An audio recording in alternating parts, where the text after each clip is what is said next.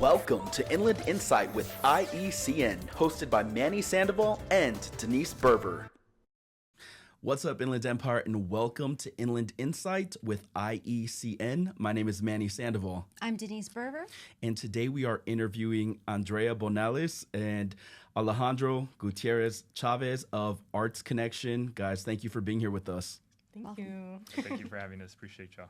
Both are our local legends, Andrea from Rialto, Alejandro from Bloomington, San Bernardino, but Alejandro is currently the executive director of Arts Connection. He was also named a top 30 under 30 by Senator Alois Gomez-Reyes previously, and you have championed the arts and, cultural diversity and equity in the region for so many years at this point. And so can you guys tell us what you do at Art Connection? What do you guys do for the county? So here at Arts Connection, we're the Arts Council of San Bernardino County, and our mission is to empower the creative economy across all communities in San Bernardino County. And we do that through 4 different pillars.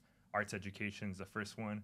The second pillar is workforce development across all creative economies. The third one is public art projects and building communities of belonging. And our last one is arts advocacy and policy.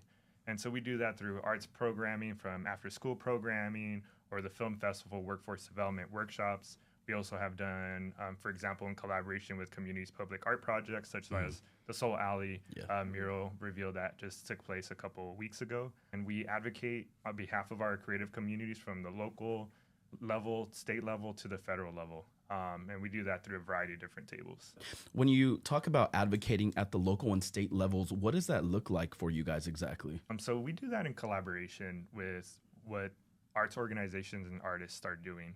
So we have hosted many different listening sessions across a lot of different initiatives. For example, we did a huge listening session tour when we were developing the Creative Core Initiative, which invested in our county, not only in our county, but also in Riverside County, $4.7 million to a variety of different arts projects and arts organizations. And through listening sessions, we hear about the needs and the wants of community around arts and culture, whether it's in the performing arts or the visual arts. And we elevate those needs to city level, county level, and the state level.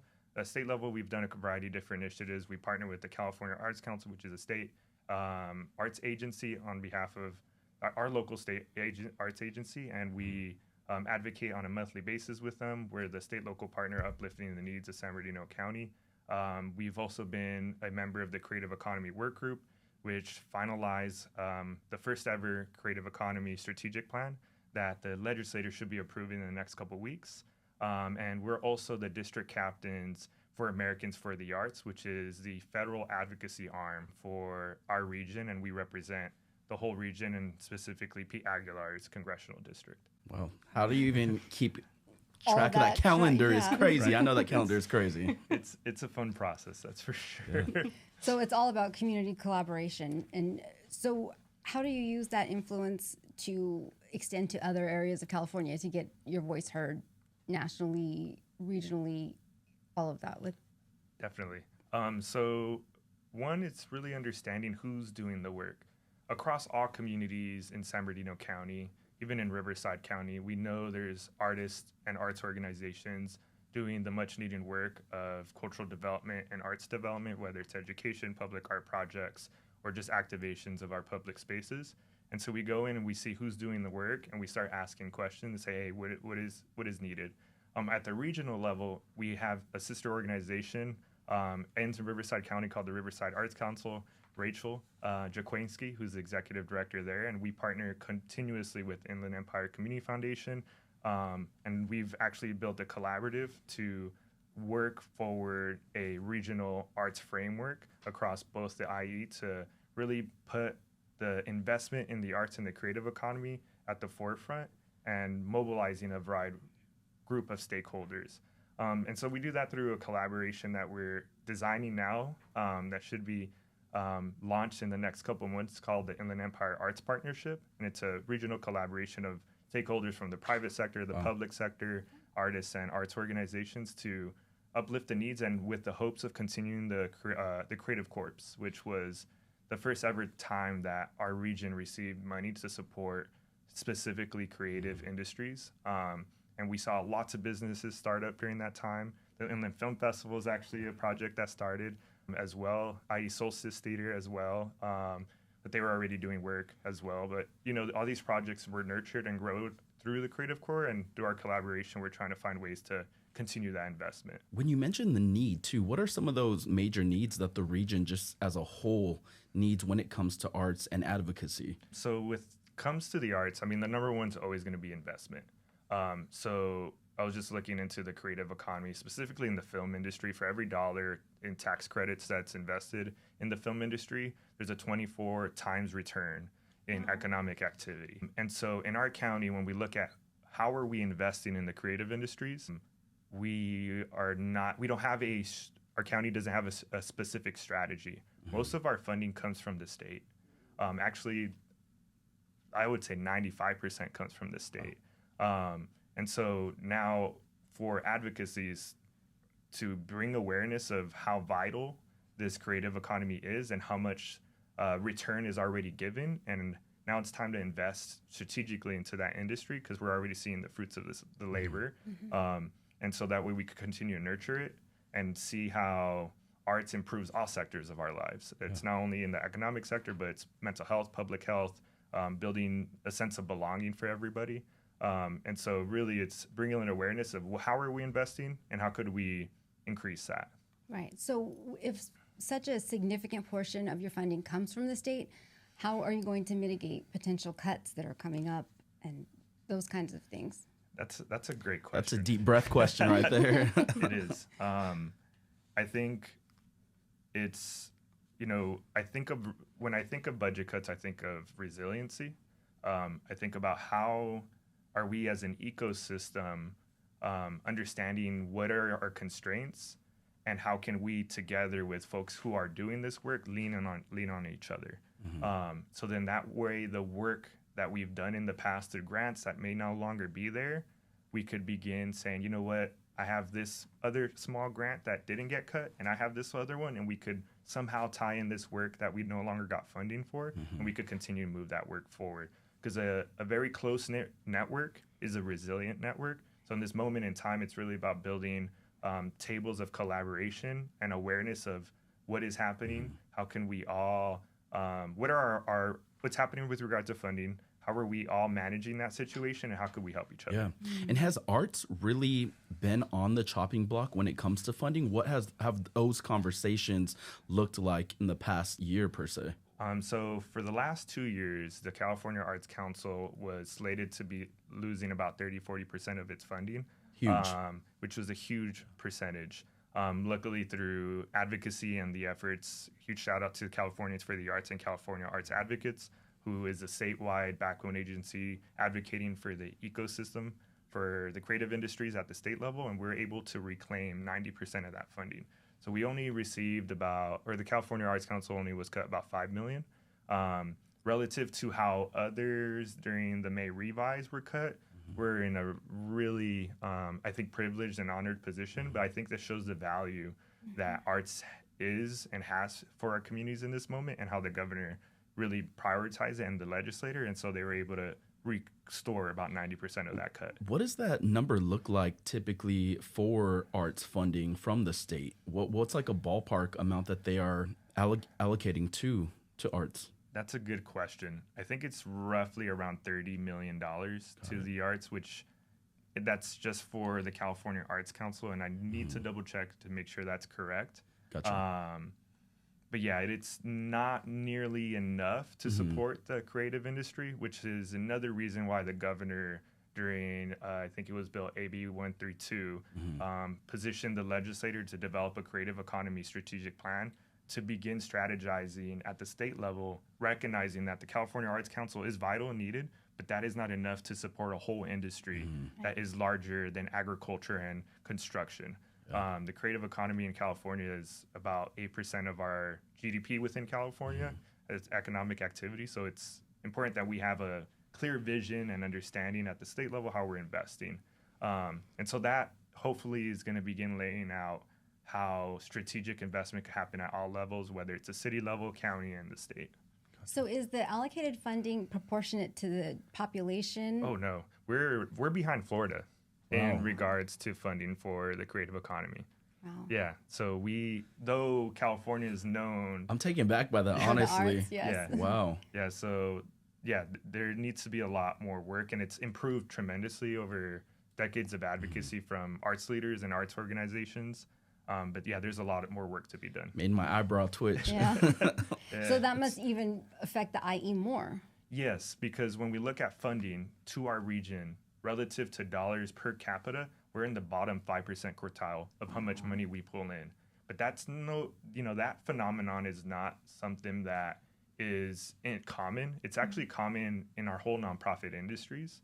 Whenever it comes to philanthropy or local grant funding, and those are our tax dollars that's going to the state, we do not receive an equitable allocation. And so that's another big reason why collaboration and networks are very important, because we got to improve how much money is coming down from the state, and to get the money, collaboration is needed, because that increases chances of getting funding, because it's a very collaborative initiative that the funding at the state level, like, oh, they're all working together and they're not competing. Oh, let's make sure money gets there. And before we get to more of the collaboration, which has sort of forged the forthcoming second annual Inland Film Fest, which Andrea is going to enlighten us about, I do want to touch on workforce development in the region and see what the organization has been working on in terms of forging that outlet for community members near and far. Well, at least here with Arts Connection, we were able to continue to support the Inland Film Festival with this second rendition. It was started up by the Garcia Center last year with the help of the Creative Corps grant and the help of other artists and filmmakers to essentially create that first year. And so that in itself was a partnership, at least the Creative Corps was a partnership with Arts Connection included amongst other nonprofit organizations. So in a sense, with the first year, Arts Connection had some sort of hands on the table, right? In sort of assisting that with the first year. And we were able to create jobs for artists such as, myself and other artists within the community to help build the Inland Film Festival for the first year. In terms of how the second year is going about, we heard a lot of feedback from our community of filmmakers. What was some of that feedback? A lot of the filmmakers were just wanting to have more, to learn more, how to develop their films, how to, take that one step further in terms of creating films that are meeting that sort of... Just a guide even, right? Yeah, to help support them in creating films a lot. With that, we were able to create and develop 8 separate workshops. And with that, we were initially thinking, let's create these workshops in a way where we guide attendees through the process of filmmaking, where it's like starting with screenwriting and ending off with editing. And that is essentially like the film process. So the attendees were able to learn more about that. And with that, we were able to partner with local filmmakers who were able to host these classes. Like Phase 3, which is birthed out of San Bernardino Valley College's film department. So we had local film groups like Phase 3, Future First, and other industry professionals come in and host these classes and teach these classes to our communities. And so to answer that question in terms of workforce, that's kind of some of the things that we're doing in terms of the Inland Film Festival. So your workshops are comprehensive. You're not just doing the creative aspects, you're doing the practical aspects of filmmaking. So as an artist yourself, how does your creative vision influence what you're doing at Arts Connection? Yeah, that's a great question. I feel like all of my inspiration and creative vision helps me push the programs that I work on forward. Because as an artist, growing up, these are opportunities that I wish I could have, or even wanting to push these opportunities on future generations, right? And keeping this going. Because not only do I help support the Inland Film Festival, but I also help support our after-school arts program, which is called Arts Avenue. And in that sense, we assist students in arts programs K through 12. So that's already something that I'm initially thinking about, is how can we support future generations. And yeah, just myself as a filmmaker. Earlier we brought up like my schooling and going to Cal State Fullerton for an animation degree. So, you know, learning what I'm learning in school, I'm also hoping to bring, you know, that knowledge to the community here for folks that don't have those opportunities. So initially that's kind of what. That's also touches on access to, and something that we've touched on multiple times during our podcast with other guests too. And it always just kind of takes that one person to share that information with somebody who might not have the opportunity to go to a university or whatnot. And we all know those are expensive and keep going up in price every single year. And I just think it's awesome that you specifically are employed in San Bernardino County, but utilizing what you're learning elsewhere to bring it back here. And that's basically assisting in forging and growing the Inland Film Fest, which was a new undertaking for Arts Connection this year also, right? Yes. Yeah.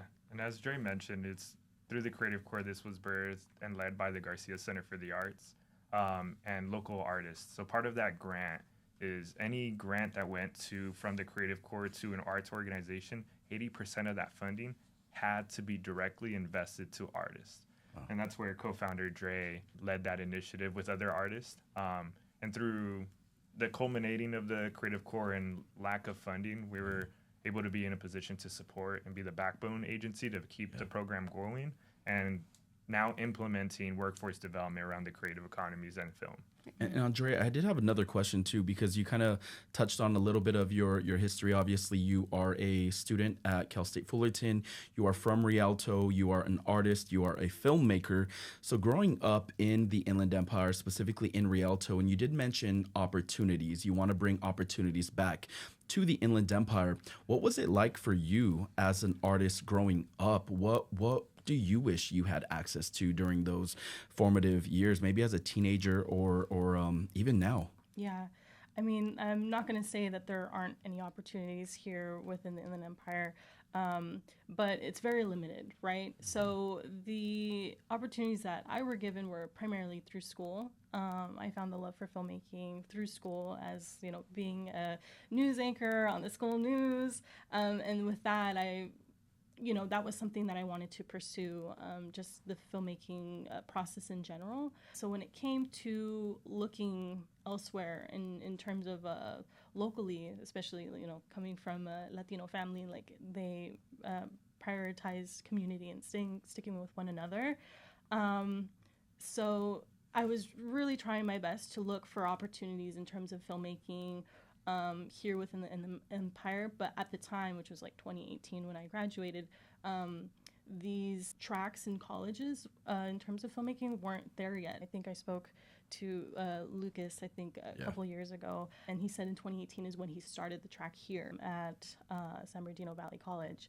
However, at the time I knew that there was opportunities in Riverside. Riverside Community College is where I initially got my film degree, and from there that's where I started to pursue it. And in terms of animation, Riverside City College also had an animation department. But I didn't pursue it then. I found that love later, and, you know, through conversation with family and just hearing what other colleges or other educational resources offer those opportunities to help push that education forward. And I'm not going to say like that Fullerton is like the best school to get your animation degree. But they do have professors from Disney that are teaching there actively. Yes, Disney. I have some from Nickelodeon and DreamWorks. So there's all those opportunities, right? So I guess I'm just trying to say that it was the closest school that I could go to that offered those opportunities for me. But and are you commuting back and forth? Yeah.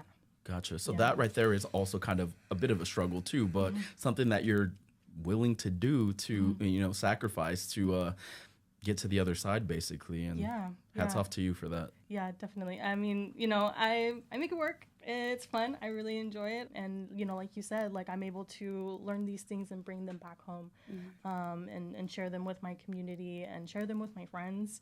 And it's really good to see that these programs that I wish I had when I first graduated high school are starting to bubble up. Also with the help of, just the community talking and word of mouth, and professors in these colleges are, wanting to create these opportunities for their own students. So you kind of touched on the cultural aspect. So in regards to that, how does the cultural and the socioeconomic makeup of the IE affect and influence what you're doing at Arts Connection, both of you? I mean, we're a working class community, myself as well. And, my dad is a truck driver. I've seen him growing up. He was waking up at 4 a.m., wouldn't come home till 9, 10 p.m. at night, Monday through Friday. And so when I think about activities that I would be able to go to growing up, I knew those activities had to be placed either in the evenings or in the weekends. And so all the workshops that we've done in the film festival happen in the evenings because we are designing with local artists in the workforce now. And so I think inherently by the design and how we're partnering and collaborating with community, those structures are being accessible because we're working with those that we're serving. So phase 3, Future First, local industry professionals that are commuting from LA down here, which there's a lot. There's a number that you guys received in terms of submissions too for the Inland Film Fest that are from the LA area, UCLA. I think at one of the mixers that you guys hosted a month or so ago. There's folks from LA coming out here, and what we're noticing is though the people that are submitting from LA, they have roots here. Yeah. And so they're like, I live in LA, but I'm from Moval.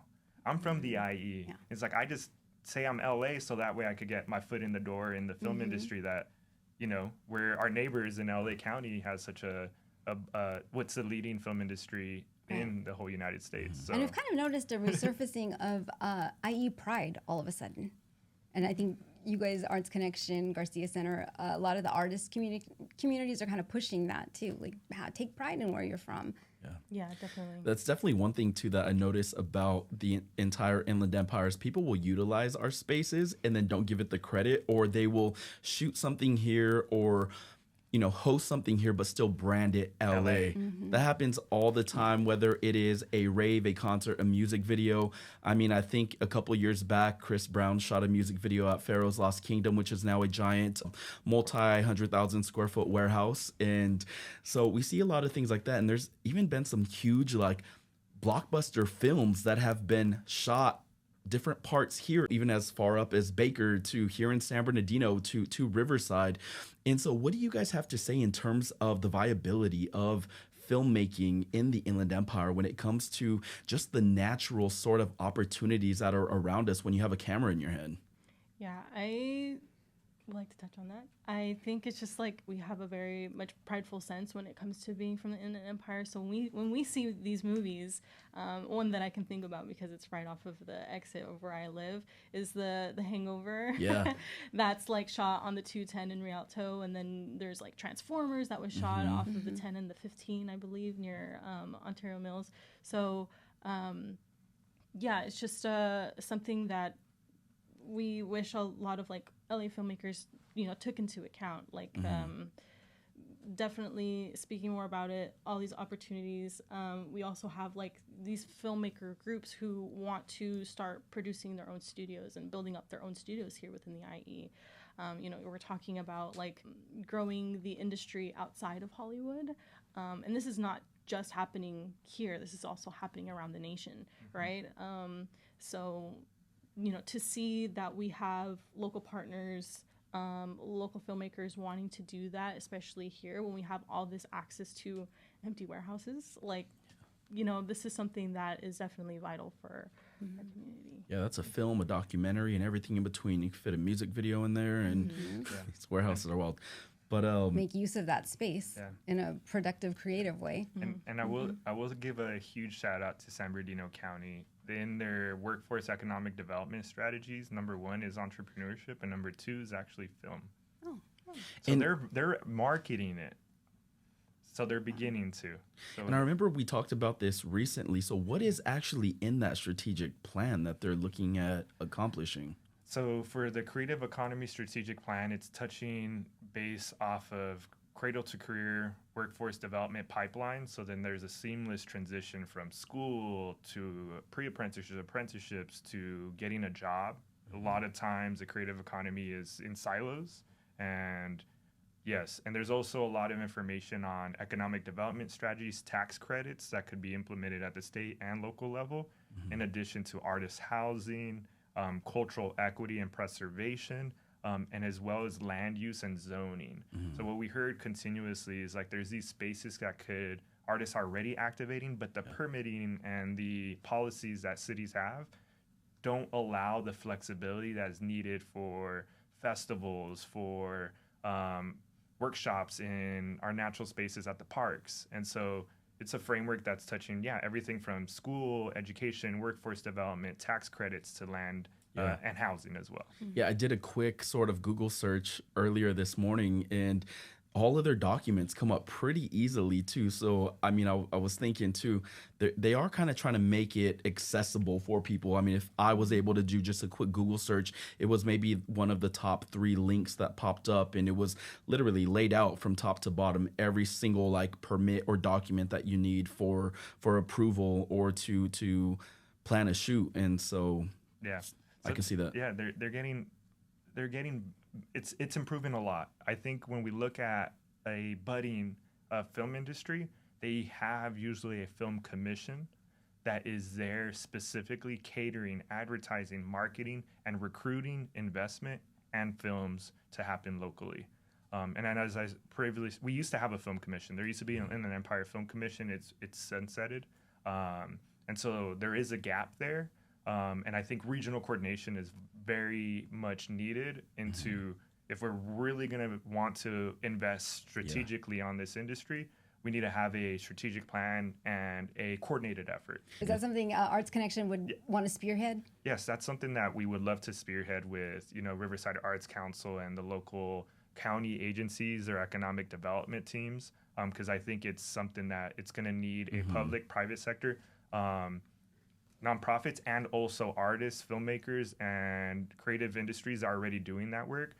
So then that way, if there is a film commission that is spearheaded that's developed, it's diverse and has the much needed lived experiences at the table to be able to move it forward inclusively and equitably. Gotcha. And then in terms of, you mentioned operating in silos and how there's so many people sort of accomplishing or working towards the same goal, but don't even realize it. And you could get so much further collaborating or whatnot. But I know in the news recently, in the past, this past like maybe 6 months, California Governor Gavin Newsom has signed into law some couple different initiatives. Can you explain what those are? Yes. So it's a film tax credit that the California Film Commission oversees. This is the 4th iteration of the film tax credit that was started, I think, in 1984, and it was to really position California as the production hub of the United States. And we know it. I mean, Hollywood. Yeah. We know California to be the production hub. However, that has changed. A lot has changed since then. There's been a huge exodus of production companies, post-production companies that are leaving, maybe to Atlanta, Georgia, a variety of different areas. And we needed to figure out collectively at the state level, how do we retain some of that talent that we grew here? And so this tax credit more than doubled the amount of tax credits for the film industry. It went from $330 to $750 million that are supporting local jobs. IATSE was a huge player in this as well, in making sure that any production that does come, supporting local communities. And it's giving tax credits to a lot of folks. And we know that's not enough. It's a great start to maybe stop the hemorrhaging of our creative film industry leaving. Yeah, I think I even seen reports of giant hubs going to be, created in Las Vegas in like Summerlin area. And so, I mean, I think there's also some people on the opposite end of, Gavin Newsom's spectrum that are really pushing for that. But it's great to see at least some type of initiative taking place in California because, I mean, it is basically the home of the film industry. It wasn't always, but over decades it became that, and so would definitely hate to see that sunset, as you mentioned. So Yeah, definitely. So it's good timing. Yeah, definitely. And speaking of good timing, the film festival's coming up. What can you tell us about? What are you excited about? So this year, the Inland Film Festival is on September 13th, the Saturday. And then we have a second date, which is our award ceremony, and that's on the 14th. It's taking place as it did last year at the Regal Cinema in San Bernardino. At least that's where the screenings are happening. Last year we had 4 screens. This year we have 5, so we're adding an additional screen, which is great. We'll be taking up the entire wing. And Last year it got tricky trying to see everything. It was impossible. I gave up. I attended and I was there all day and I thought I can't see everything. I'm gonna have to pick and choose. So yeah, we definitely answered that question or those concerns, and we made some room. And so we'll be coming out with our screening schedule soon, and you'll be able to kind of identify that. this year it'll be a power walk instead of a light jog from each screening space. Oh no, it was a sprint last year, and then it was like I don't know. So it's on September 13th at Regal Cinemas in downtown San Bernardino. What time does it start? Currently we have it at noon, and it'll end at 8 p.m. And do you need to register? How does that work? Yes, we do have ticket sales online already. You'll be able to find it in our Eventbrite link on our Instagram page at Arts Connection Network, and it's same at the Inland Film Fest on Instagram. Gotcha. And then is there a fee or cover charge to attend? Yes, there is a $20 fee, but it's for the entire day. Got it. And it also covers the entrance for the award ceremony the next day. Oh, wow. Okay. And then now to, explain what the awards ceremony celebration is going to be. What's that experience going to be like? So last year we had it on the same day. This year we split it up. So I'm a little bit excited. It's a different area. This will be at U of R in the Orton building. I believe we came out with the address online. Yeah. So we're partnering with U of R to host this award ceremony. So I'm excited. It's going to be a little mini Oscars, I hope. Yeah. And I was going to say too, this is open to the public. The screenings are open to the public. I think it's important that we amplify that. But for somebody who maybe they aren't into, filmmaking, but they love film and they've never attended a film festival, walk us through what this entire experience is like. I got my ticket. I show up at noon on Saturday, September 13th. What does that look like? What am I going to see? What am I going to hear? Where am I going to go? What's the vibe going to be? Yeah, so you're definitely going to be able to see, our ticketing table. You'll be provided like a brochure, possibly even a catalog. There's definitely going to be a screening schedule, and they're all broken up into different categories or different genres. There's genres ranging from documentaries to live action films to music videos, very similar to how it was last year. And you'll be able to take a chance to pick out which one you would want to go watch. Gotcha. Yeah. And also, too, do you guys do Q&As with the directors, actors after the screenings, or is that more so the next day probably? Most likely that will be during the award ceremony. Okay, gotcha. This year, the way our screening schedule is set up, we don't have time for panels. Right. However, we did want to have the opportunity because it was a huge hit. There were so many people wanting to ask questions, and even our filmmakers wanting to talk a little bit more about their films, right? We even have some people hitting us up right now like, hey, are we going to get this opportunity? Are we going to get this opportunity? Yeah. And we're like, yes, you actually are. Yes. So yeah, and a few of our filmmakers are actually going to be personally spotlighted on our Instagram page, on the Inland Film Fest Instagram page. Yeah. And are you still doing audience voting? Yes, we will. Yes. That one gets crazy. Who you voting for over there? Yeah. Yeah. You had a great turnout last year, by the way. Huge For the turnout. first year, there were so many people, and everybody was so excited. That was the vibe was just everybody was excited. Everybody was proud to show off their films, and the fact that they were filmed in the IE. And showing off their films, as you mentioned too, what is that? What was your experience like seeing for the first time something that you created on a big screen, if you've had that experience yet? And if not, what do you see it as? How are other filmmakers receptive to that? Yeah, I think it's definitely surreal moment for filmmakers. I personally haven't had my film on the big screen. However, I have supported filmmakers who have had their films on the big screen. So being able to sit aside and watch my friends or watch my community get really excited to see their films in a huge theater screen where they initially got, you know, when they were kids, that's where they got the inspiration and the hope that they want to do this in the future. Is just a very heartwarming thing, very emotional.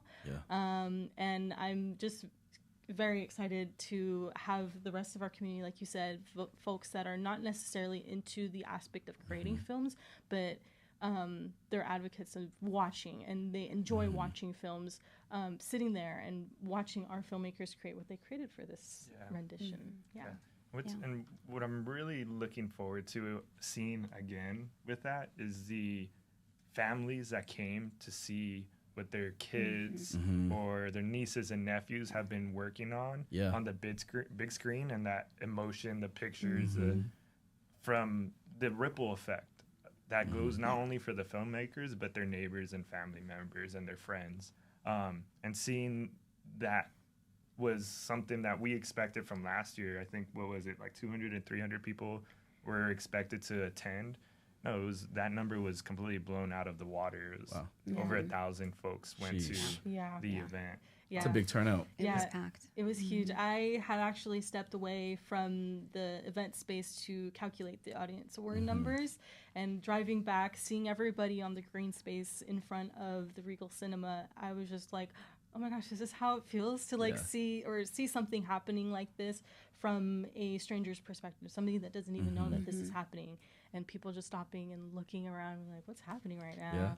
I also think that movie theater, specifically Regal in downtown San Bernardino, is pretty nostalgic for a lot of people. I mentioned it to a family member recently, and they were like, I remember when I used to go to high school, or when I was in high school, and we would go there because the tickets were like $5 on a specific day of the week or whatnot. And so it was someone probably more around like our age, obviously. But $5 is a steal nowadays, which is crazy. It's like $15 for many movies, which is wild. So piggybacking on that, the venue. Why was it so important that you were able to have a local venue like Regal?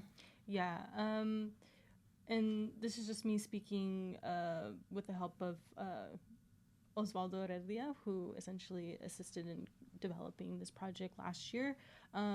You know, as we know him, he used to be the previous executive director of the Garcia Center for the Arts, and that was definitely something that was part of his vision, part of his values, and his motto is definitely creating something as a San Bernardino local, growing up in San Bernardino and just supporting that community. I mean, it was just kind of cool to be in San Bernardino, basically in everybody's backyard, and your family's there, your friends are there. They're seeing their film and they're acting on the big screen, and there was a real joy to the whole festival last year. It's a real joy, and I think one of the things, the power of uplifting local voices and local filmmakers for us to tell our own story is needed now more than ever, especially seeing what's happening across the federal landscape with regards to policy, the changing of narratives, and even locally, where we see time again, media mainly being covered by the LA media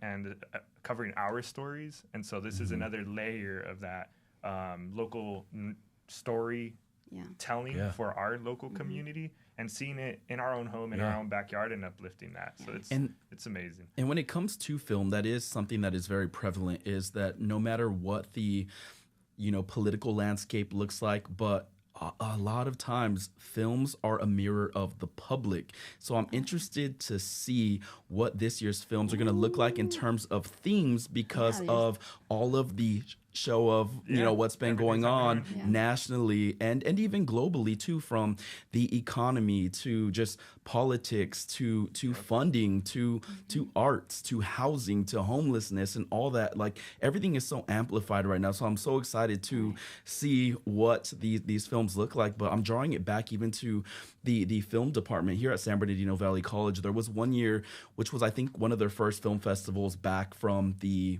pandemic in person, and a lot of them were very death and grief ridden. Yeah, and that was it was a heavy year. so transparent. But I'm excited to see how chaotic the films may be, because it's been pretty chaotic lately. So can't wait. You want to touch a little bit on what you've seen? Yeah, there's definitely a wide variety of stories that touch on grief, that touch on hope, that touch on love. And those are things that we wanted to amplify. And, like you talked about, wanting to see how filmmakers are creating things in terms of the conversations that are happening right now. You'll definitely get a taste of that this year. Awesome. Can't wait. And also, too, back to the Inland Film Fest and more of, having films on display. It's almost like a showcase, if you will. But even more importantly, I think a lot of times people that are working in the arts or just going to school to, attain a future in the arts, it's not always taken seriously, sometimes even by parents, because they don't see it as viable in terms of this is going to get you out of the house in 20 years or 10 or 5, or this is going to get you a sustaining job down the road. What do you guys say in terms of, that opportunity that you guys are able to provide? Because it really is a big deal to give people in this area the opportunity that their parents can show up into a movie theater and see, like, oh, snaps, like my child is actually pretty talented. Like they're taking this seriously. Like they are a great screenwriter, or they're a great director, or wow, the editing is pretty impressive. The music, the scoring, everything in between. What would you say in regards to how you guys feel personally on being able to provide this kind of opportunity to people to really sort of legitimize their stance as an artist? Yes. It's balancing the practical aspect of having to make money every day versus the creative aspect and the goals you want to achieve in filmmaking or the arts. And I think when it comes to my perspective to showcasing and highlighting a thriving career pathway, I think it takes a village approach. And we're very honored to do our piece and highlighting that this is a career, this is viable, and we need to create spaces and invest in these programs and activities to happen not only in our schools, but also in our community spaces that we all share. And so I'm a former educator too. I taught 6th grade. And when I think of the dreams and aspirations of my students, that I had my kids, I think that it was my responsibility as an educator to understand what are the current careers and how can I begin adding to their bucket of encouragement, saying, yeah, go pursue that. And so I now also think about our local government and our economic development strategies on how they're nurturing these pathways. So then that way folks who live here say, I could do a career here because I see it. I see people in my career doing this or in my community, and I could do it as well. A lot of times when we look at our local economic development strategies at the county level or even regional level, there's a lot of dominating effort in these big industries because they're easy. But when we look at it, same with our investment portfolio, even investment in general, it's like a successful investment strategy is a diversified investment strategy. Right now, what we're noticing is that, warehouse logistics, which luckily, like my family, my dad came from that industry and he still works in that industry. But actually, my whole family does. And so that gave them the opportunity to achieve the American dream that they immigrated here. However, we see there's putting all of our eggs in that basket of like, hey, this is the careers. We're sending a message of like, that's the only thing available to you. And so I think, very grateful to be able to open awareness and have a dialogue with everybody of like, hey, this is a positive career field and it's possible. But we collectively, I think, need to be a lot more strategic and say we need to diversify our investment and start nurturing the activities and programs already there. Yeah, and I think last year at the award ceremony, there wasn't a single award winner who didn't go up there and say, you guys can do this. You can, just because you're from the IE doesn't mean you can't make films on the big screen. You can't do this. Yeah. So that was definitely something that they were trying to emphasize. Yes. I also wanted to touch on, you asked a question about how can we get our families to recognize this, right? I will say earlier we talked about resiliency and perseverance. The filmmaking industry here within the Inland Empire is I would say probably the most resilience industry that I can see. My friends, people that I've met, definitely pursuing and making sure that these opportunities happen here. There has not been one filmmaker that I've met here in the IE that hasn't had this thought or hasn't had that motivation and that perseverance to create something like this for our community. And we talked about earlier as well that there's different groups that are playing a part and having their own silos. And I think right now we're in this stage where we're starting to create this community and actually networking and talking with one another and seeing who's making what. As a supervisor who works and connects with the school district a lot, I do see that there are programs like this for our youth. There are filmmaking programs that like CTE pathways. And yes. And we've been to tabling events for other local school districts, and I've seen them pushing for graphic design, for animation, for all these different types of things, and within the filmmaking industry, and seeing these parents walking through these tables and seeing how excited their students are to want to learn about this type of field really brings a lot of hope for me. And coming from a background of having to experience this, right, having to experience coming from a family who's very much within the warehouse workforce development, and being an artist within the family and saying, this is what I'm going to do for the rest of my life. I definitely want to amplify that to our audience and our viewers that like this is something that can happen for our children, for our families. Like there are jobs out there and there are opportunities, and right now more than ever they're starting to come up. Right.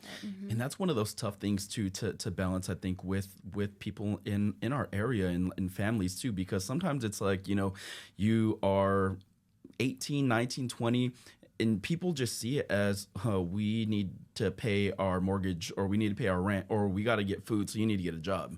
And it's really the long game too. But it is feasible, and all of us here today are doing it and working in a space that's creative. And that's one thing that I definitely want to amplify is like, you don't even need a ton of money to look ultra professional. I mean, we do it every single day, and we wonder how we do it often. And I'm sure you guys too, with like ultra small teams. But as long as you have a great idea and you even just have I think like the determination and it does take obviously like some pieces of operation, basically, some machinery a little bit, or a camera if you're a filmmaker and you have a great idea. There's so much stuff that you can do and teach yourself too. You don't always have to fall into the same line of like formal education like I did, or like any of us did here today. And so there's a ton of opportunity, and sometimes you just really got to make it for yourself too. And the collaboration, that's where that becomes a huge factor. And you guys have talked about the collaborations you have going on, and it really helps. Definitely. And I think when the KVCR networking event, huge shout out to KVCR for hosting the networking event for filmmakers about a month ago. Those spaces of networking for filmmakers is a vital component because there's so many people with different skill sets and information needed to be able to fully launch from ideation to launching the film at the big screen. And so collaboration is key. Without collaboration and everybody having their own skill set and adding it to the table, those films don't happen. And it's a lot more accessible than one may think it is. It's just going and talking and, having your heart on your sleeve and say, this is what I'm dreaming about. And then before you know it, people are there. It's like, yeah, I'm down. Let's do that. I love that. And also really empowers somebody by forming community. Because a lot of times you might think, dang, I'm kind of the only person in my neighborhood or my family or my immediate friend group that is into film. I have no one. Or until you attend an event like a networking mixer or whatnot, and you realize, oh, snaps, there's 30 people just like me. You want to be a director. I like to edit. This person is sound. We could be a team. And then you just try it out, see if it works. Sometimes it don't. Find your people. I had a question, because we've touched on the aspect of prioritizing the arts in day-to-day life. So where do you think Arts Connection fits in with that? Do you feel like the creation of jobs helps legitimize in a way the necessity and the priority of the art in the community? Yes. I think, whenever it's like there's a saying, whenever folks are talking about policy or new laws, it's like, but what about the jobs? How's it going to put food on the table and a roof over folks' head? And I think when we look at economic studies, for example, we facilitated the Arts and Economic Prosperity Report 6 that took place during COVID, but we did an analysis in San Bernardino County, the city of San Bernardino, and the city of Ontario, and we saw that the economic investment just from the nonprofit arts sector has a threefold return in economic activity and tax revenue. And so, yeah, we're receiving this funding, we're doing these activities, but that funding's coming from the state, and there's local benefit, local tax dollars going to a variety of different cities. But we are seeing the tide shift.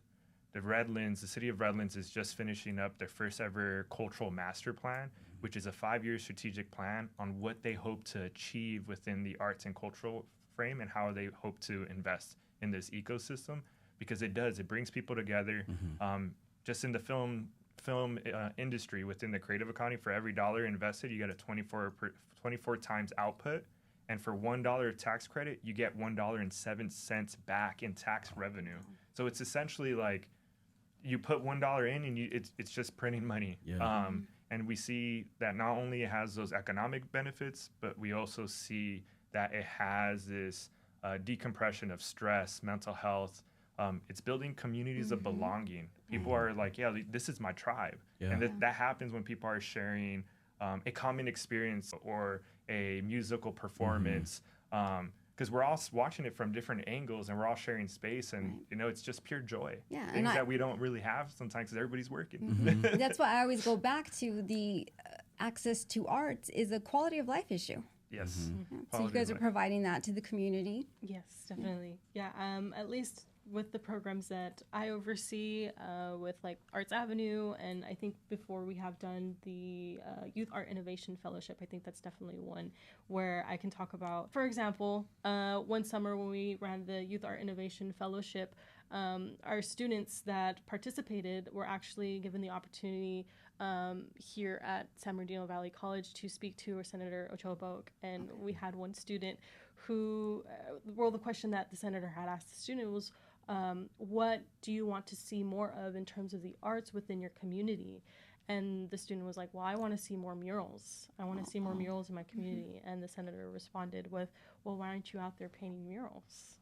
Why don't, let's go out there and let's start painting these murals. And you talk about the quality, that was the term, the quality of life. So those students really enjoyed that program. And we've had some students kind of come back. And that's also something that we're seeing across the board of all of our programs. People returning, people wanting to learn more.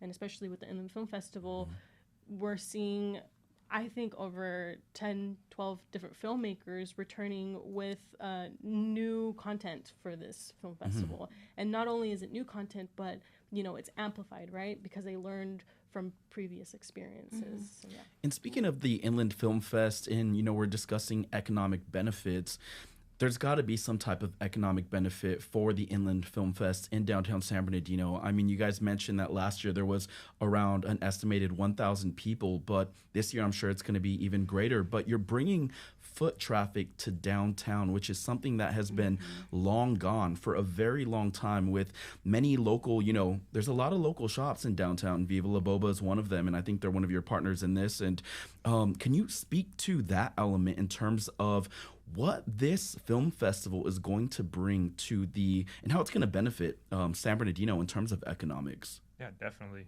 So whenever someone goes to an arts activity, there's a couple industries that have a direct impact and investment. One is the hospitality sector. If people are traveling outside and they need to stay at that location, heads in beds type of environment. In addition to that, all of the restaurants and food and beverage industry, you need to eat.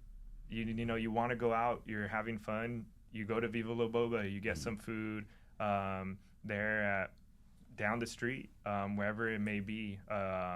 And then if you need to get a coat or something, you could go to the Three Little Bluebirds boutique. And so what we've noticed through the Arts and Economic Prosperity Report is for every dollar invested, you have a 3 times output in the food industry, the hospitality industry. Wow. And so we hope just by having those 1,000, 2,000 people, we actually have a calculator this year that for every person comes, we'll actually be able to calculate the economic benefit just by solely seeing how many people are at this event. And so I'll definitely make sure to share that after. Update us on that. Amazing, to see how much money went into that area specifically. Yeah, On the same note, you guys are also starting the art walks again. Is that what I heard? Yes. And so we have our art walks that happen on a quarterly basis. And right now we're the backbone agency supporting the Arts Walk in its current rendition. It's happened for decades. SB Gen now has hosted art walks. And we've been part and collaborated in that. We also had Freddie and Rom.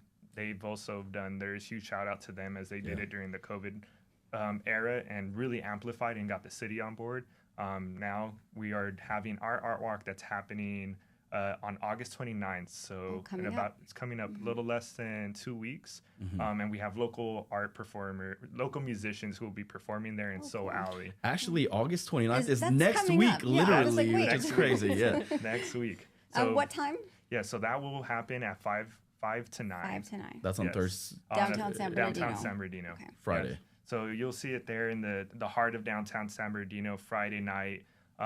It's Soul Alley off of 4th and E. Which looks great, by the way. Thank you. It was a 3-year project. It took a while to get there, and huge shout out to all the businesses. And since we're talking about Soul Alley, what is Soul Alley? Will you just mention that for context? Definitely. So Soul Alley is an alleyway that historically has supported artists and musicians. For decades, rappers have said that they've organized music videos there, and over the years, that public alley has been abandoned. And so through the Clean California grant that the California Arts Council developed, we applied alongside the city to redevelop that space and keep its roots, its essence as a creative placekeeping space for local artists and local creative businesses. And so through Brenda Angel, did a huge Soul Alley mural there. They repaved the floor, added lighting, seating, and added a stage there. So then that way community could activate that space for any creative activity. Soul Alley is a whole vibe. It really is. You through. go there and you just feel like the potential, what it could be, and it's just a different space. It's really cool. And if you haven't gone, Friday, August 29th. That would be a great time to check it out. And also, too, I attended an event recently which you were at leading, which was the California Cultural District sort of workshop. Can you explain what that district is? And that's something that you guys have been having, hosting multiple meetings about, more so listening sessions, I believe. And what are you hearing that people want in regards to a cultural district in San Bernardino specifically? Definitely. Yeah, so the cultural district designation is a statewide designation from the state of California, honoring and uplifting historical cultural areas, whether it's rural, urban, or both, and the activities that take place there. East Street Corridor, historically, we know, is a cultural district. And so now, through collaboration and co-leading with the Garcia Center, local arts leaders, SB Gen Now, and Arts Connection, and the city of San Bernardino and local businesses, we're coming together to begin the planning stages of this cultural district. We've heard many, many stories, but we threw around 5 to 7 different roundtables of community coming together and seeing what is their needs, what are the hopes and dreams for this cultural district, and what should be their priorities. We've collected that information and applied for that grant. And right now, that grant, if we receive it, would be a planning grant to bring everybody together and to formalize a cultural district in this historic East Street Corridor.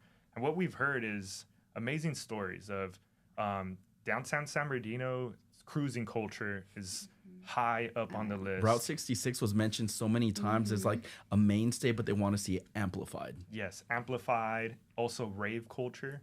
Like that's a thing. I remember traveling across, whenever I travel to different cities for work across the states, I meet people that say, "Oh, I know San Bernardino. I've gone to a rave there." It's like it's the center of the rave culture, the music scene. Also on East Street, there used to be a huge fashion district. On 4th Street with the California Theater, the Regal Cinema, that's the film district. And so, and then along East Street, we got the McDonald's Historic Museum there. And so it's just all these assets, people, places, stories, traditions that have emerged and been sustained in San Bernardino. And the cultural district's a framework for us to, one, uplift and invest and preserve those stories, cultures, people, and traditions. And you're listening, what are you calling them? Listening? They're like listening sessions. And round tables, so discussions. They were super interactive. Yes. The way you guys went about that, the approach was really very clear that you wanted to include the community. It was super important to you that you include the community. Definitely, and huge shout out to Miriam from SB Gen Now, who facilitated and led those efforts in the Garcia Center for the Arts as well, and the collaboration that we've done really created a space for those stories and people to feel comfortable to begin being vulnerable and say, yo, this is what I believe and this is what I care about. And people jumped on board, and it was great. And and we to love touch Miriam on and Michael, by the way. how interactive it was. I liked when I attended, you guys did like ideation boards, I believe, and post-it stickers, and people were literally kind of engaging and talking to people that they didn't even really know also. And just sort of, there was a lot of different patterns in terms of what people wanted to see. And it was interesting just to see what those same sort of ideations were that each of them had. And so there's endless possibilities of what can be done. And I remember I spoke to you at the listening event that I attended, and there was an older gentleman there, and he was sharing his experience of growing up there and the cruising culture and everything. And you stated that it was super important to you that you take all the generations into account as you were approaching this. Very important. And I think that multi-generational approach is what is going to allow us to honor and uplift the cultural roots we have. And, you know, some people will say, for example, the mall came up a lot. I'm talking to some folks, it was the Central City Mall. And or then the Harris building. Or the Harris, yes. And then it's like, oh, I see it as a carousel and this. And so the many different stories that had a common thread.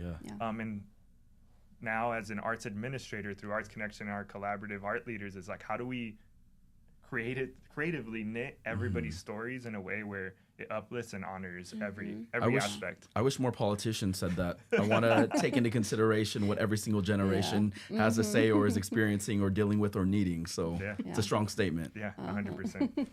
And finally, I was going to ask, you know, in terms of San Bernardino, the city as a whole, do you feel like in the past 5 years, have we made progress in terms of arts for, you know, opportunity, but then also visually as well? And also the narrative, the way people feel about the arts. Yeah, I would say yes. And this came up during my trainings and orientations for our after-school arts program. I've actually, our new teachers were talking about, oh, it's crazy how I found a job on Instagram before Indeed, or it's crazy. And I've had folks actually apply from not within the city, within, you know, Los Angeles County, Orange County. And so that is, I guess, one thing in terms of like how the growth is showing, right? And then same thing goes for the Inland Film Festival. Last year, we actually had somebody from Canada who actually submitted their film festival, you know, and we've had many filmmakers from Los Angeles and Orange County submitting their films as well. So I guess that's my experience with that. Yeah, definitely. And I think, you know, when I think about arts and culture in the city, I think of Dr. Ernie Garcia, I think of the Orange Show, I think of these key individuals that helped, one, build awareness of the value of the arts and culture and begin building through policy investment from the local city. Within the last 4 years, the city has invested so much money into, or has acquired money and invested through allocation of their staff for these public art projects. So they reintegrated this cultural funding stream to support arts orgs and artists that led to many different public art projects across the city. They did it in 2022 and in 2023 and 2024, but through transitions of leadership, it hasn't resurfaced again. They also applied to the Creative Corps, and that's how 2 different murals came about. And yeah, the Welcome to San Bernardino mural, and then also a mural that honors our public servants during the COVID pandemic that Brenda Angel created, and Christian created the other one. And so we're seeing this emergence of sprouting of different projects and public art projects and arts activities that was really cultivated and nourished and fertilized through decades of leadership. And so now the baton has been passed, I think. And I think for us as like arts leaders and arts administrators, like I'm very grateful personally to be able to be in a position to support the previous vision and create space to those who are here now, and figure out what are we going to do for the future. So that said, what's next? Ooh, what's next? So the Inland Film Festival, the Arts Walks, and in addition to that is building a collective table at the regional level where we begin bringing stakeholders from all the different industries and from the public sector, private sector, and artists to begin building a framework of investment and strategy for the creative economies for the whole Inland Empire. It's exciting.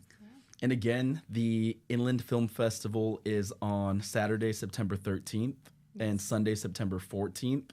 Saturday from noon to 8 p.m. Yes. At the Regal Cinemas in downtown San Bernardino. On Sunday, it's located at University of Redlands. All that information is on your website. Tickets, where do we go? Tickets should also be on our website with a link to our Eventbrite, or you can find it on our Inland Film Fest Instagram in the link in our bio at our Eventbrite. And $20 for a full day of films is a bargain you're not going to find anywhere. As well as the award ceremony. Yes. Oh, and the award ceremony too. Yeah. And then also too, what's Arts Connection's social so everybody can follow you guys there? So Arts Connection _network is our Instagram and Facebook, and our website's artsconnectionnetwork.org. Got it. And everything that's on social media is also on our website as well. Cool. Perfect. Links in bio on Instagram too will take you straight to those tickets. I think I seen too earlier today. So got it. Well, guys, thank you so much for joining us. Hey. Andrea and Alejandro, thank you so much. Yeah, thank y'all for having us. Appreciate y'all. And everybody watching, thank you guys for joining us. Something very exciting about the Inland Insight podcast is that it is now available on Spotify, the iHeartRadio app. It's also on Audible, Amazon Music, and there's YouTube as well. And we're super excited to be here again. My name is Manny. I'm Denise. And we'll see you guys next time. Bye.